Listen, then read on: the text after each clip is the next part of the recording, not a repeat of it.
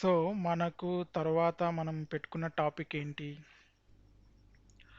Primitive and non primitive data types. Okay.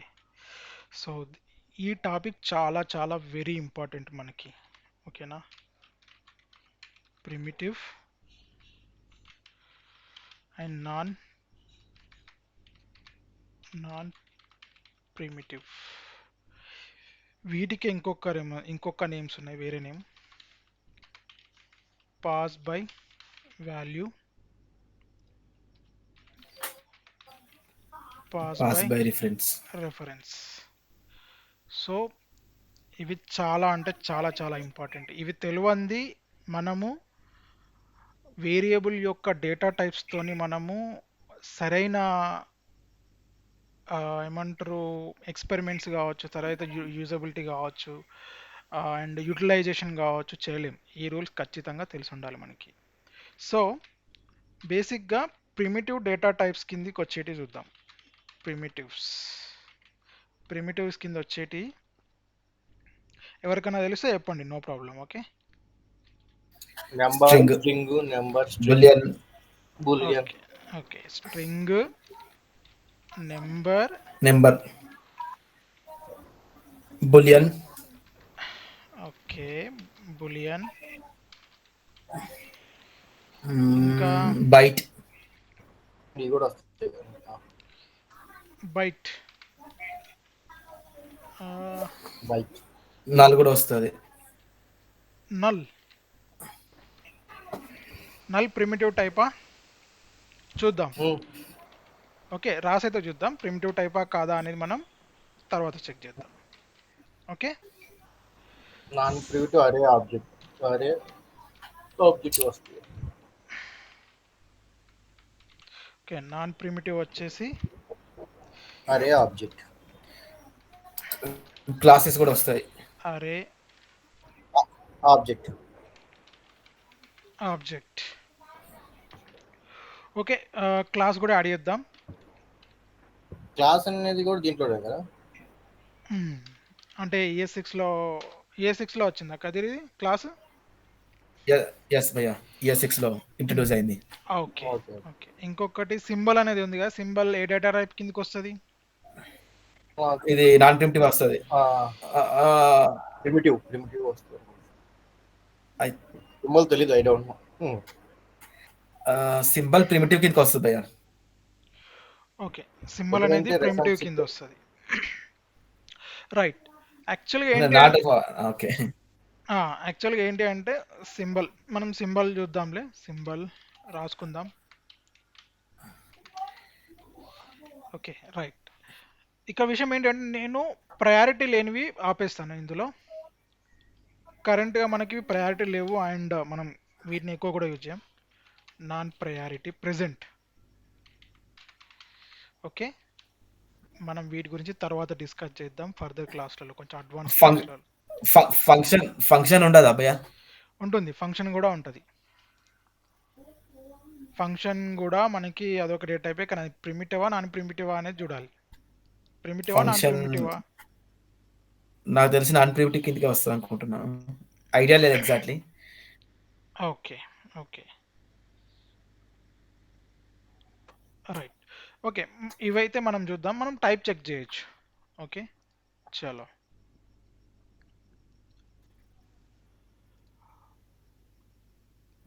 Right. So primitive non primitive ఏంటి అసలు? ఇది గందరగోళంగా ఉంది కదా. What is mean by primitive? సింపుల్గా మీరు ఏం అర్థం చేసుకోవచ్చు అంటే,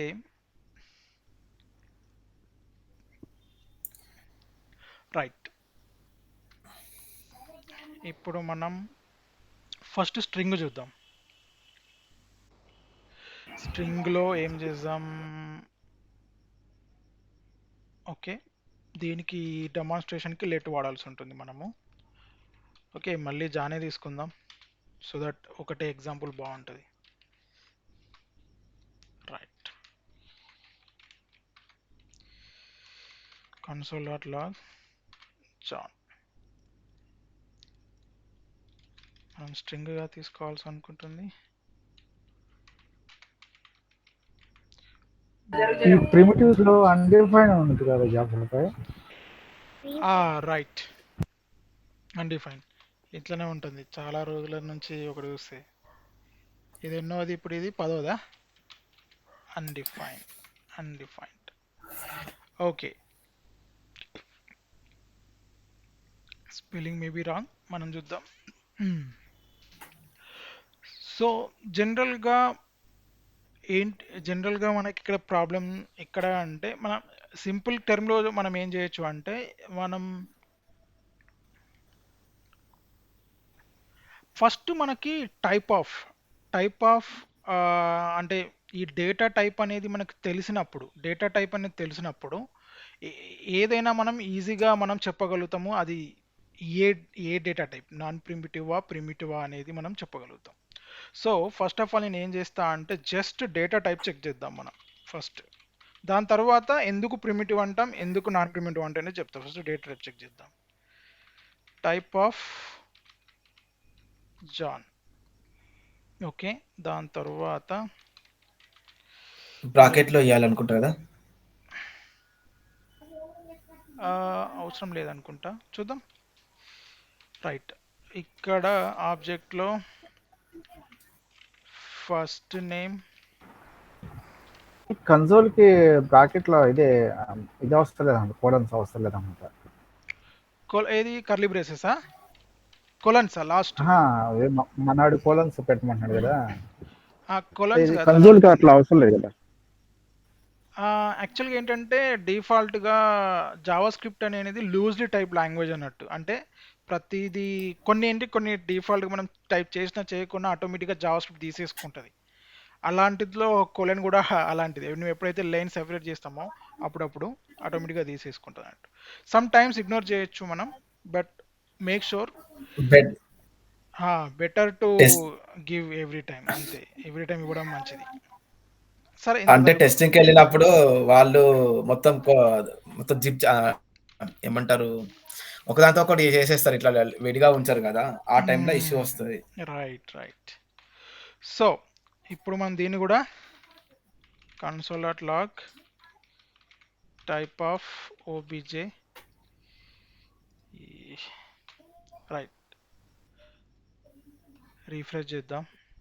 ఓకే, సో ఇక్కడ ఏం జరిగింది, మనకి స్ట్రింగ్ వచ్చింది, ఇక్కడ ఆబ్జెక్ట్ వచ్చింది. ఆబ్జెక్ట్ వచ్చింది. రైట్, సరే ఇక్కడ అరే ఉంది కదా, అరే కూడా మనం చేద్దామా, అరే కూడా చేసి చూద్దాం. సో దట్ ఇది కూడా క్లారిటీ వస్తుంది. ARR 0,1. ఓకే,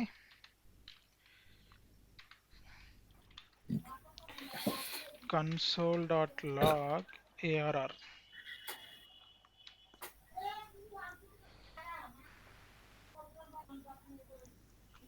ఏం చేసాం, డైరెక్ట్గా కన్సోల్ చేసాం కదా, టైప్ ఆఫ్ కదా మనం చెక్ చేయాల్సింది. Yes, type of. ఓకే, ఏంటి యాక్చువల్గా జనరల్గా ఇది కూడా ఆబ్జెక్టే. విషయం అరే ఏం ఇప్పుడు ఆబ్జెక్ట్ ఫంక్షన్ కూడా చేయండి. ఓకే, ఈవెన్ ఫంక్షన్ కూడా వేద్దాం.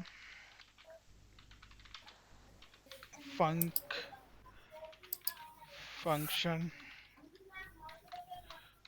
ఓకే, రిటర్న్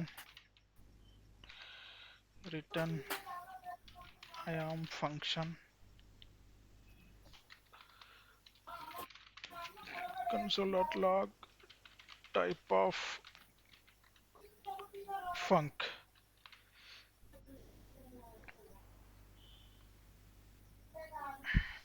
ఓకే, ఫంక్షన్ బేసిక్గా ఫంక్షన్ వస్తుంది. ఓకే, దీని మనకి అది టైప్ అనేది చేంజ్ ఏం కావట్లేదు. సో ఇక్కడ మనం అర్థం చేసుకోవాల్సింది ఏంటి అంటే, బేసిక్గా ఏదైతే డేటా టైపు మనకి ఆబ్జెక్ట్ వచ్చిందో, ఇక్కడ ఏదైతే డేటా టైపు ఆబ్జెక్ట్ వచ్చిందో, బేసిక్గా అన్నిటికంటే ఈజీ విషయం చెప్తాను. ఇంకా ఈజీగా ఏంటి అంటే, string, number, boolean and undefined, ఇవి కాకుండా మిగతావన్నీ కూడా నాన్ ప్రిమిటివ్ కింద మనం కన్సిడర్ చేయొచ్చు. ఓకే, అయితే మనం ఇప్పుడు ఎగ్జాంపుల్కి నల్ ఇక్కడ రాసాం కదా, మనం నల్లు కూడా ఒకసారి చెక్ చేస్తే సరిపోతుంది.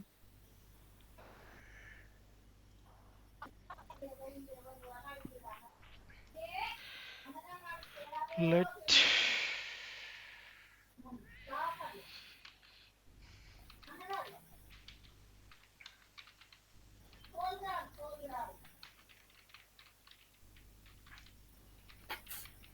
type of mine.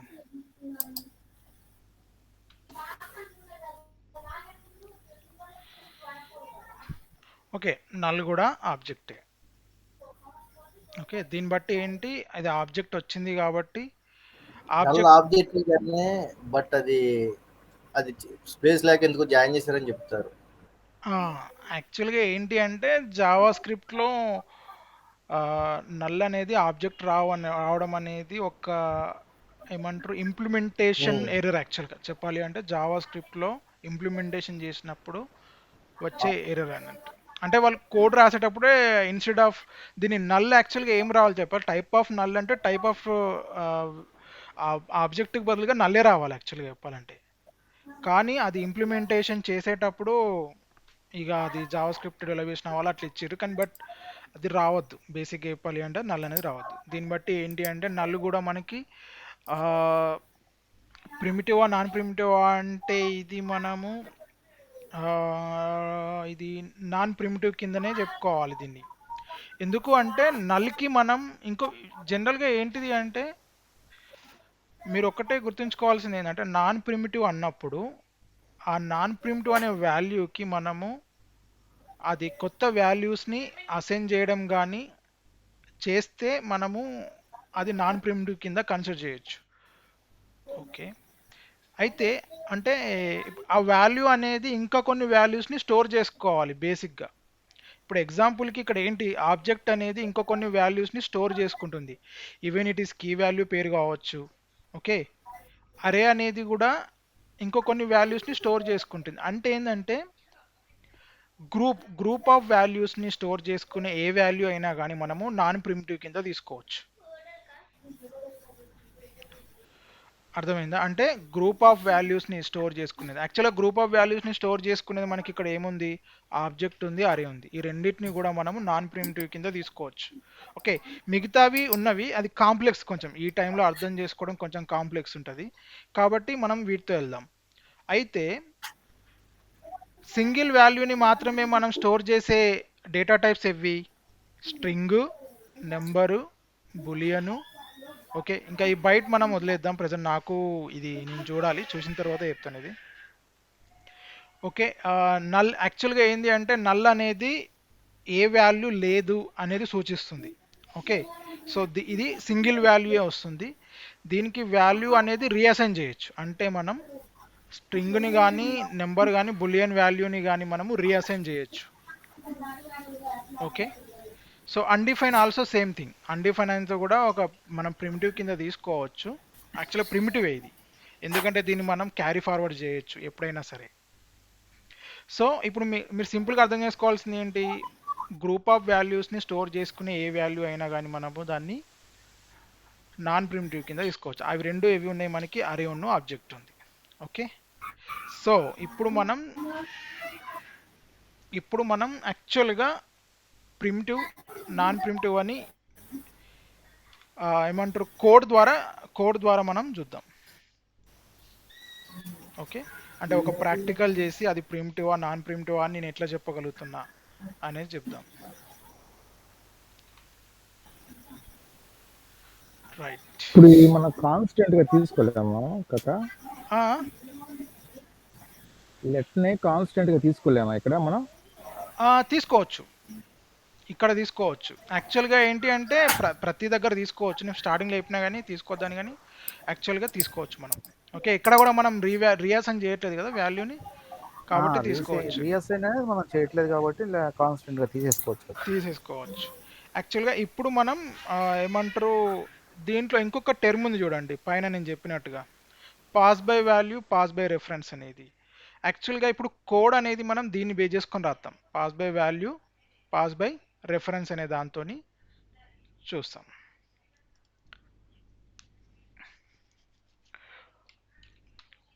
Right. So దీనికంటే ముందు మీకు ప్రాక్టికల్గా ఏం చెప్పాలి అంటే, ఒక్క నిమిషం నేను ఏం చేస్తా అంటే ఆ, నాకు ఇంకొక చిన్న డౌట్ ఉంది కాక. మ్, ఆ, చెప్పు. ఇప్పుడు ఆబ్జెక్ట్ అని రాసాం మనం ప్రిమిటివ్లో. ఓకే. ఆబ్జెక్టివ్లో ఇప్పుడు 2 వాల్యూస్ ఇచ్చావు. కానీ ఓకే. మనం ఏం చేస్తున్నాం, నాన్ ప్రిమిటివ్లో మల్టీ ఆబ్జెక్టివ్స్ అంటే మల్టీ వాల్యూస్ని డిస్ప్లే చేస్తే మనం నాన్ ప్రిమిటివ్గా తీసుకుంటున్నాం. కానీ మరి ఆబ్జెక్టివ్లో నువ్వు మల్టీ వాల్యూస్ ఇస్తూ మరి ప్రిమిటివ్లో ఎలా చూపిస్తున్నావు? ఆబ్జెక్టివ్ అనేది ప్రిమిటివ్ కాదు, నాన్ ప్రిమిటివ్ రా బాబు. కానీ వాల్యూస్ అనేవి మల్టిపుల్ చూపిస్తున్నాం కదా. ఆబ్జెక్టివ్ అనేది రెఫరెన్స్ కదా తీసుకునేది, నువ్వు ఎన్ని వాల్యూస్ ఇచ్చుకోవచ్చు కదా. ఎస్. ఆబ్జెక్ట్ అనగానే అది నాన్ ప్రిమిటివ్ అన్నట్టు. పాస్ బై అది రెఫరెన్స్. యాక్చువల్గా మేము మాట్లాడుతున్నా కదా, రెఫరెన్స్ అంటే ఏంటి అనేది మీకు చెప్తాను ఇప్పుడు. అది ఎగ్జాంపుల్కి నేను ఇక్కడ var a is equal to 10 యాక్చువల్గా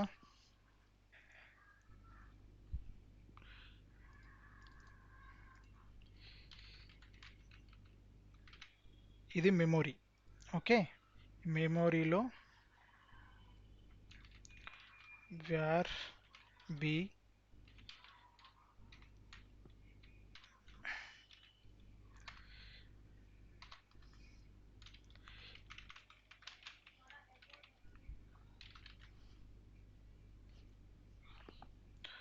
ఓకే, ఇందులో నేను జాన్ అని రాస్తాను. రైట్. సో ఇప్పుడు ఎగ్జాంపుల్కి మనం ఇక్కడ వేర్ రాసుకున్నాం కదా. సరే, నేను అన్న వేర్ వాడద్దు అని చెప్పినా కదా. సరే, నో ప్రాబ్లం లేదు. ఇప్పుడు మనం ఉంచుదాం. మళ్ళీ అది లేకపోతే కన్ఫ్యూజ్ అయిపోతాం. ఆహా, మామూలుగా లేదు పెయింట్.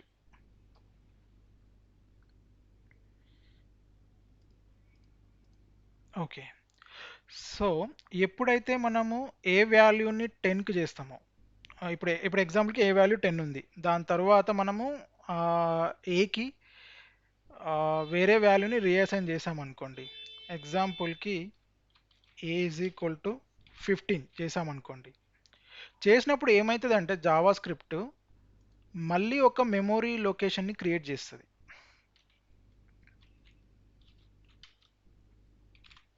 అర్థమైందా? అంటే మీరు ఈ విఏఆర్ అనేది విఆర్ ఉన్నా లేకున్నా కానీ మళ్ళీ ఒక మెమొరీ లొకేషన్ అనేది క్రియేట్ చేస్తుంది. యాక్చువల్గా విఆర్ అవసరం లేదు, ఇక్కడ కూడా అవసరం లేదు. ఓకే. అదే నేను బి ఉందనుకోండి. బికి బి వాల్యూని మనము బి వాల్యూ ఉంది కదా, బి వాల్యూని కంప్లీట్గా మనం వేరే వాల్యూతో రీప్లేస్ చేసేయచ్చు.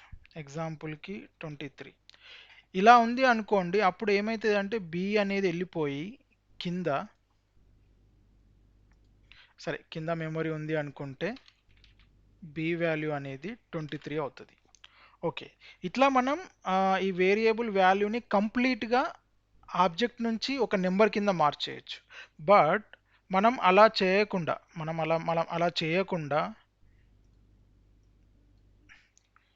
ఓకే, మనం అలా చేయకుండా below b dot first name is equal to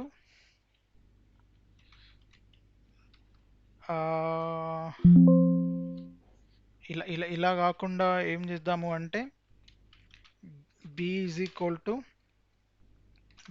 కూడా తీసుకోవద్దు, c is equal to b అనుకుందాం అనుకోండి. అంటే సిలో బిని స్టోర్ చేస్తున్నాం అనుకోండి. అప్పుడు ఏమవుతుంది అంటే ఇది మెమరీ లొకేషన్ అనుకుంటే ఈ మెమరీ లొకేషన్ బికి కూడా మ్యాప్ అవుతుంది, యాజ్ వెల్ యాజ్ ఈ సేమ్ మెమొరీ అనేది సికి కూడా మ్యాప్ అవుతుంది. అయితే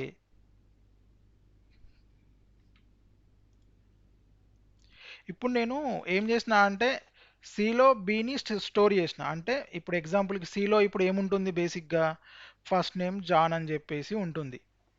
ఓకే, ఇప్పుడు నేను c dot first name is equal to జాన్కి బదులుగా మిల్లర్ రాసా.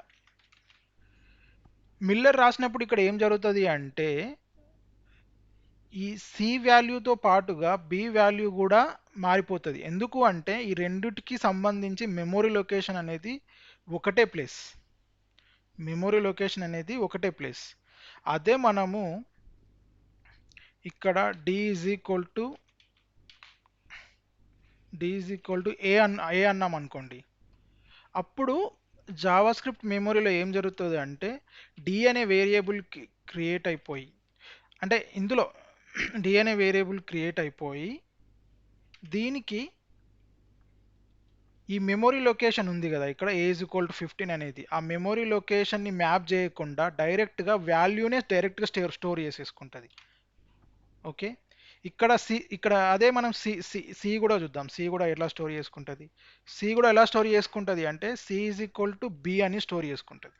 అయితే ప్రతి ఆబ్జెక్ట్ యొక్క ఇప్పుడు బిలో ఆబ్జెక్ట్ స్టోర్ అయింది కదా, దీనికి మెమొరీ లొకేషన్ ఉంటుంది. ఆ మెమొరీ లొకేషన్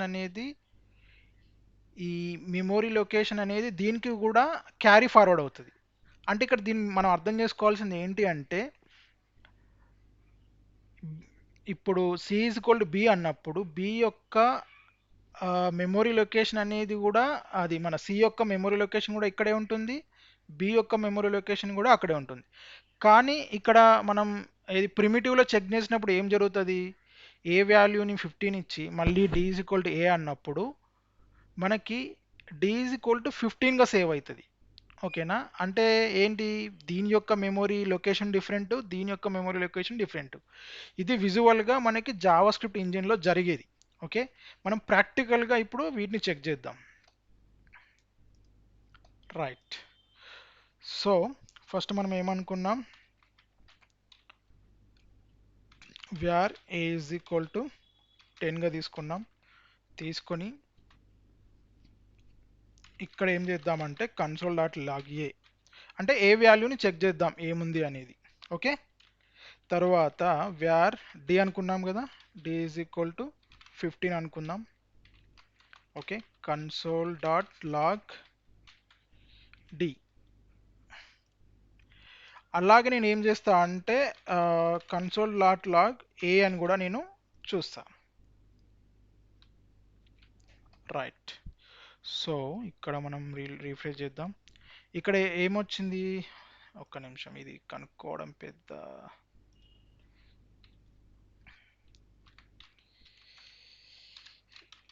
ఈ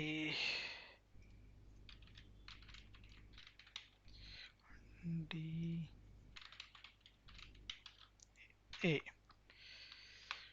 రైట్, ఓకే, ఫస్ట్ మనకు ఏ వాల్యూ 10 ఉంది, దాని తర్వాత మనం ఏమంటారు ఏం చేసాం ఇక్కడ 15 రాసాం కదా, సారీ ఇక్కడ 15కి బదులుగా మనం ఏం రాద్దాం అనుకున్నాం, ఏ రాయాలి. అదే చెప్దాం అనుకున్నాను మళ్ళీ. సో ఇప్పుడు ఏమైంది, ఏ వాల్యూ 10 ఉంది, డి వాల్యూ 10 ఉంది, మళ్ళీ ఏ వాల్యూ కూడా 10 ఉంది.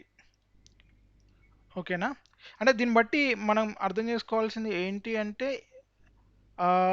ఏ సందర్భంలో కూడా మనకి వాల్యూస్ అనేటివి చేంజ్ అనేటివి కాలేదు. అంటే మనం ఎగ్జాంపుల్ ఏజ్కల్ 10 ఇచ్చినప్పుడు 10 వచ్చింది, ఇక్కడ డీకి కూడా 10 వచ్చింది, దీనికి కూడా అది కింద మళ్ళీ తర్వాత అంటే డి వాల్యూ మనం చేంజ్ చేసిన తర్వాత కూడా మనకి ఏ వాల్యూ అనేది 10 వచ్చింది, సేమ్ వచ్చింది.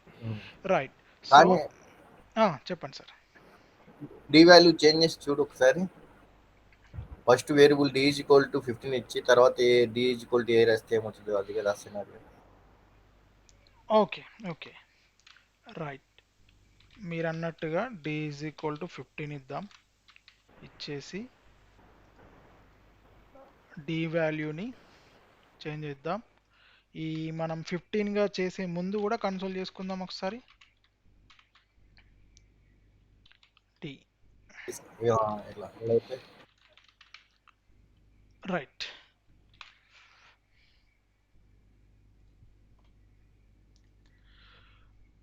ఓకే, డి వాల్యూ అనేది మనకి చేంజ్ అయిపోయింది ఇక్కడ మొత్తం కంప్లీట్గా. ఇప్పుడు సో దీని మీనింగ్ ఏంటంటే వాల్యూ అనేది చేంజ్ అవుతూ వస్తుంది, మనం యాక్సెస్ చేయగలుగుతున్నాం.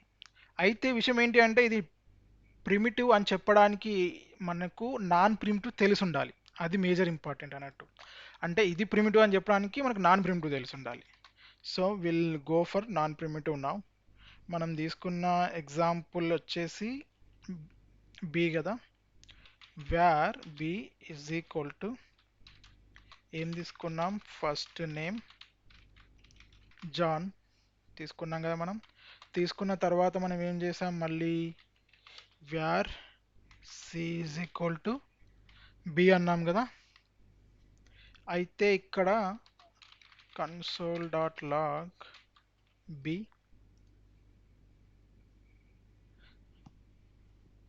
రైట్. ఓకే, మనం రమేష్ సార్ అన్నట్టుగా మనం ఇంకొకటి కూడా చేద్దాం ఈ పని. ఫస్ట్ ఆఫ్ ఆల్ ఏం చేద్దామంటే రీఅసైన్ చేసే ముందు మనమే ఒక first name is equal to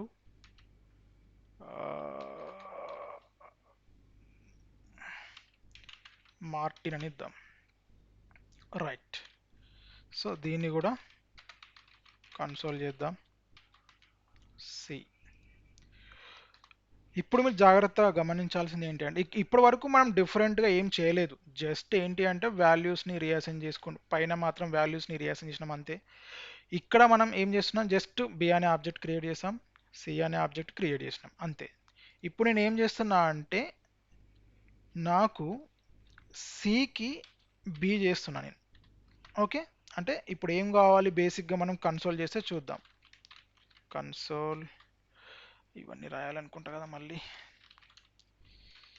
B C. ఇక్కడ ఏం చేద్దాం, చేంజ్ చేసిన తర్వాత బి వాల్యూ ఎంత ఉంది,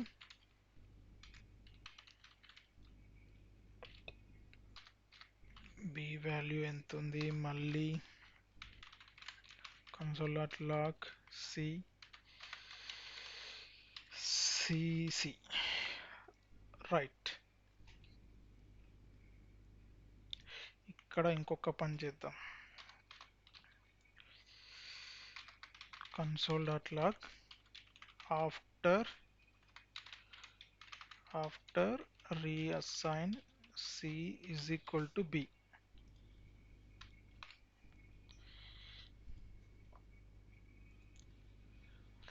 రైట్.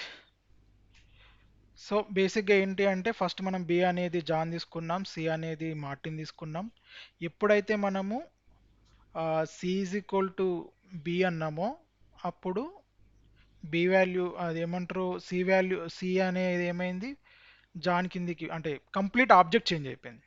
ఓకే, కంప్లీట్గా ఆబ్జెక్ట్ బి అనేది వచ్చేసింది ఇక్కడ. రైట్. ఓకే, కంప్లీట్గా వచ్చేసింది అనుకున్నాం,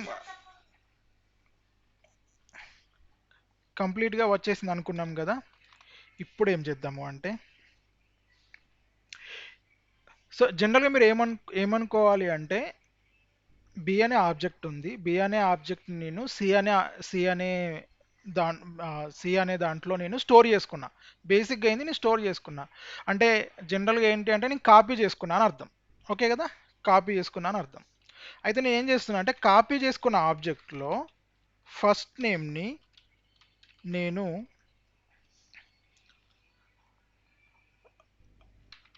మిల్లర్ కింద మార్చుకున్నా. ఓకే, అర్థమవుతుంది కదా. నేను సి అంటే కాపీ చేసుకున్న సి ఆబ్జెక్ట్లో నేను ఫస్ట్ నేమ్ని మిల్లర్ మార్చుకున్నా. జనరల్గా ఏం కావాలి, ఇప్పుడు సిలో నేను ఒకవేళ ఫస్ట్ నేమ్ని కన్సోల్ చేస్తే నాకు ఏం రావాలి, నాకు మిల్లర్ రావాలి. ఓకే, బిలో మనము ఫస్ట్ నేమ్ని కన్సోల్ చేస్తే ఏం రావాలి, మనకి జాన్ రావాలి, అంతే కదా. John. Right. Console dot log first మనం బి చెక్ చేద్దాం కదా. బి ఫస్ట్ నేమ్ ఏమొచ్చింది,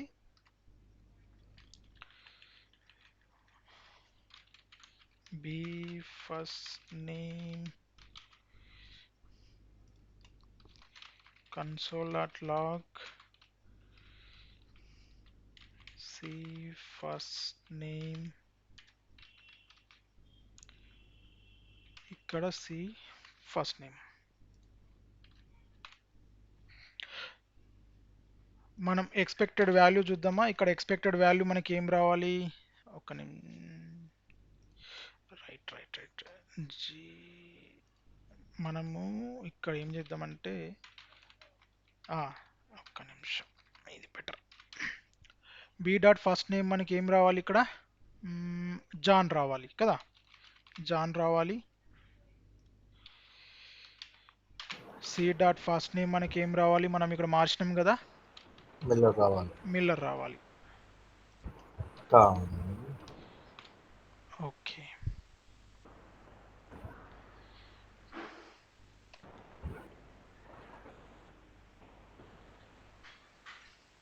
సో ఇక్కడ మీరు చూస్తే బి డాట్ ఫస్ట్ నేమ్ మనకు రావాల్సింది ఏంటి, జాన్. మనకు జాన్ రావాలి, కానీ ఇక్కడ ఏమొచ్చింది, మిల్లర్ కూడా వచ్చింది. మిల్లర్ వచ్చింది. అసలు ఈ మిల్లర్ మనము ఎక్కడ చేంజ్ చేసినాం, ఇక్కడ చేంజ్ చేసినాం కదా, సికి చేంజ్ చేసినాం.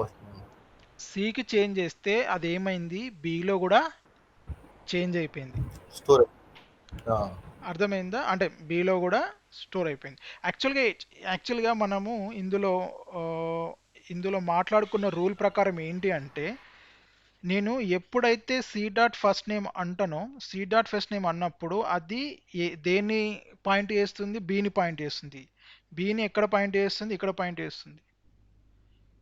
సో జనరల్ ఇక్కడ ఏమవుతుంది అంటే మనకి సి యొక్క, ఇప్పుడు ఇక్కడ చూసారా మీరు, మెమొరీలో సిది దేన్ని చూపిస్తుంది, బీని చూపిస్తుంది.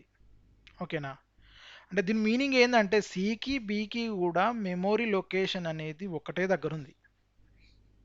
ఓకేనా, అయితే నువ్వు ఎప్పుడైతే సి డాట్ ఫస్ట్ నేమ్ అంటావో మనము యాక్సెస్ చేస్తుంది ఇదే మెమరీ లొకేషన్ని.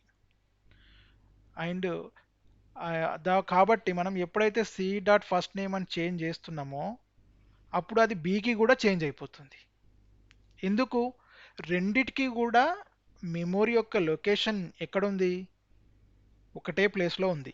సో దీన్నే రెఫరెన్స్ అంటాం. రెఫరెన్స్ అన్నప్పుడు ఏంటి, మనము దేన్నైనా ఒక విషయాన్ని రెఫరెన్స్ తీసుకోవడం.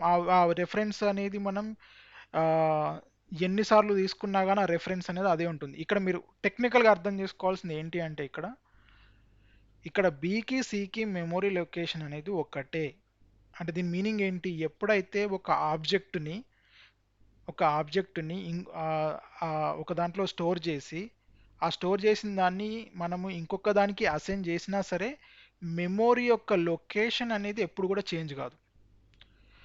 కానీ ఎందుకు అసలు జావా స్క్రిప్ట్ ఎందుకు ఇట్లా చేస్తుంది అంటే, విషయం ఏంటి అంటే, జావా స్క్రిప్ట్ ఈ రెఫరెన్స్ ఉంచడానికి కారణం ఏంటి అంటే, ఎన్నిసార్లు ఈ ఆబ్జెక్ట్ని తీసుకున్నా సరే ఒకటే లొకేషన్ ఉండాలి. దీనివల్ల ఏంటి అంటే అన్నెసెసరీగా మెమొరీ అనేది ఎక్కువ యూటిలైజ్ కాకుండా ఉండడానికి అని చెప్పి తీసుకునే నిర్ణయం ఇది. కాబట్టి ఎన్నిసార్లు మీరు దీన్ని ఎన్ని వేరియబుల్స్కి మీరు రీఅసైన్ చేసినా సరే లొకేషన్ అనేది సేమ్ ఉంటుంది. ఓకేనా, సో మెమొరీ లొకేషన్ అనేది సేమ్ ఉంటుంది. కానీ అదే మనకి నెంబర్ కావచ్చు, స్ట్రింగ్ కావచ్చు, బులియన్ కావచ్చు, అన్డిఫైన్ కావచ్చు, వీటికి మనము వాల్యూస్ని చేంజ్ చేసినప్పుడు, సింపుల్ చెప్తున్నా, ఎప్పుడైతే మనము ఈవెన్ అది ఆబ్జెక్ట్ కావచ్చు, ఈవెన్ అది అరే కావచ్చు, దాని ఎనీ వాల్యూ కావచ్చు, ఎప్పుడైతే మనము ఈక్వల్ టు తీసుకొని రీఅసైన్ చేస్తామో అది మెమొరీ లొకేషన్ చేంజ్ అయిపోతుంది బేసిక్గా. కానీ ఈ ఆబ్జెక్ట్ అరేకి వచ్చేసరికి ఏంటి అంటే మెమొరీ లొకేషన్ వీటికి మాత్రం చేంజ్ కాదు, మెమొరీ లొకేషన్ సేమే ఉంటుంది వీటికి. ఓకే, అది ఇంపార్టెంట్ మీరు గుర్తుంచుకోవాల్సింది. మిగతా ఏంటి, ఇవి non primitive number, string, boolean వీటన్నిటికీ కూడా లొకేషన్ అనేది ఎవ్రీ టైం నువ్వు అసైన్ చేస్తున్నప్పుడు కొత్త మెమొరీ అనేది క్రియేట్ అవుతుంది. అర్థమైంది కదా. ఓకే, సో ఇది బేసిక్గా. మీరు ఏం చేస్తారు అంటే, రేపు మీరు అరేకి ఎలా జరుగుద్ది అనేది కూడా ఒకసారి చేయండి. అంటే బేసిక్గా ఏంటంటే అరేలో మనం వాల్యూస్ని కూడా చేంజ్ చేయొచ్చు. అది మీరు రేపటికి ఒక టాస్క్ మీకు అరే వాల్యూని కూడా చేంజ్ చేస్తే మనకి ఇలానే జరుగుద్దా అనేది.